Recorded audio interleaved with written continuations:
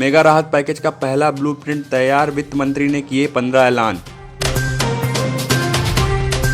45 लाख छोटे उद्योगों को 3 लाख करोड़ का कर्ज। टीडीएस में कल से 25% की कटौती। आयकर रिटर्न की तारीख 30 नवंबर तक बढ़ाई गई।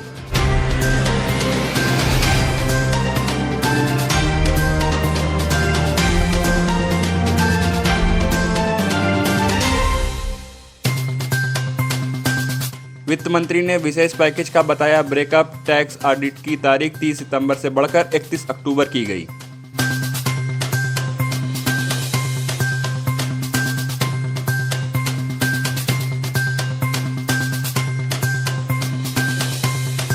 टीडीएस में कटौती का फायदा प्रोफेशनल फीस, इंटरेस्ट, किराया, डिविडेंड, कमीशन और ब्रोकरेज के पेमेंट में मिलेगा।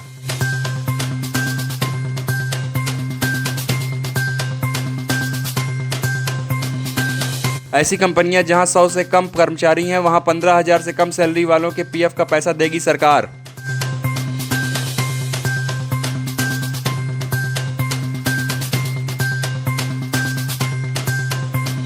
जो प्रोजेक्ट 25 मार्च के बाद पूरे होने थे, उनके कंप्लीशन के लिए रियल एस्टेट डेवलपर्स को 6 महीने की राहत दी गई।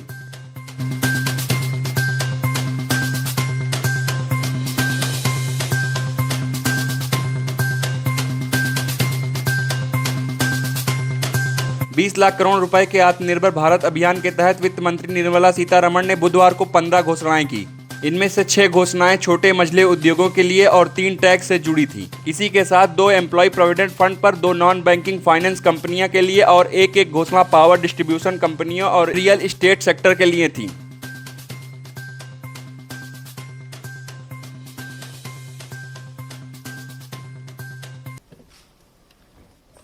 कोविड-19 में देश और दुनिया के सामने बहुत सारे संकट खड़े किए और इन चुनौतियों के समय में भी भारत के यशस्वी प्रधानमंत्री आदरणीय मोदी जी अवसर देखते हैं और कहीं ना कहीं पिछले कल का उनका जो देश के प्रति संबोधन था, उसमें स्पष्ट तौर पर दिखता है कि आत्मनिर्भर भारत बनाने के लिए ये जो संकल्प उन्होंने लिया है, ये जो सोच अपनी देश के सामने रखी है, इसने एक नई ऊर्जा देशवासियों में भर दी है।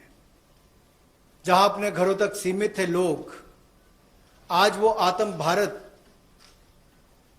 आत्मनिर्भर भारत बनाने के इस संकल्प में जुड़ने जा रहा है और संकट में अवसर देख रहा है। और शायद यही कारण है कि दुनिया के मुकाबले अगर भारत का देखा जाए तो इस लड़ाई में बहुत अच्छे कदम रहे।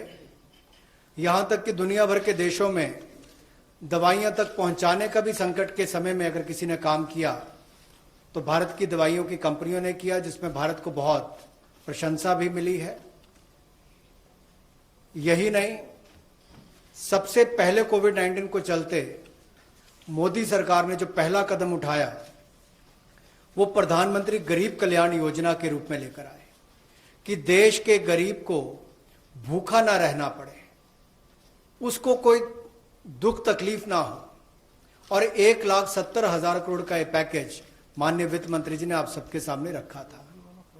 और यही नहीं, कंप्लायंस की कोई दिक्कत ना हो कि आपको कानूनी तौर पर वैधानिक रूप से कोई जो नियमों का पालन कर रहा है उसमें आप रह ना जाएं, तो उसकी भी छूट 3 महीने का मॉरेटोरियम पीरियड आपको दिया गया।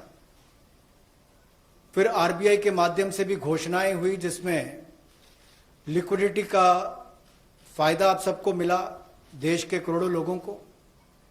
तो मेरा मानना यह है कि रिफॉर्म्स की जब माननीय प्रधानमंत्री जी बात करते हैं कि आत्मनिर्भर भारत हमने बनाना है, तो उसके 5 स्तंभ की उन्होंने बात की है, 5 पिलर्स की बात की है, जिसके विस्तार में उल्लेख माननीय वित्त मंत्री जी ने किया है। मैं एक बात इसमें और कहना चाहता हूं कि ये जो हम इकोनॉमी की बात करते हैं, अर्थव्यवस्था की बात करते हैं, पहला स्तंभ आधारभूत ढांचा हमारा ऐसा हो जो आधुनिक हो। और यही नहीं, हमारे सिस्टम जो है वो 21वीं शताब्दी में हमें विश्व गुरु बना सकें, उस लायक हम बनाएं। वाइब्रेंट डेमोग्राफी की हम बात करते हैं, युवा शक्ति को हम राष्ट्र शक्ति और राष्ट्र निर्माण के रूप में लगाएं और उनका लाभ उठाएं। और डिमांड को कैसे बढ़ाना है और डिमांड सप्लाई चेन का समन्वय कैसे बना रहे और अर्थव्यवस्था आगे और कैसे बढ़े, इसके इस्तेमाल को करने की भी जरूरत है। बोल्ड रिफॉर्म्स का पूरा लेखा जोखा माननीय वित्त मंत्री जी ने पिछले 6 वर्षों का दिया है। मैं यही कहूंगा, बड़े निर्णय करने के लिए मोदी जी जाने जाते हैं। चाहे वो गुजरात में आए भूकंप के समय वापस कच्छ को खड़े करने की बात हो, या आज के संकट के समय भारत में पीपीई और मास्क के निर्माण की बात हो, और कहीं ना कहीं यही सोच भारत को आत्मनिर्भर भारत बनाने जा रही है। और इस आत्मनिर्भर भारत जो मूवमेंट है, इसमें हम आप सबको जोड़ने आए हैं।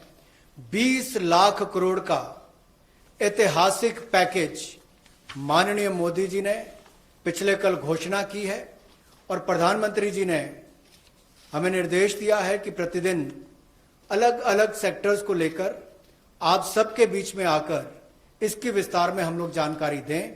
तो माननीय वित्त मंत्री जी आपको अगली जानकारी देंगे कि आज किस सेक्टर को लेकर हम आप सबके बीच में आए हैं।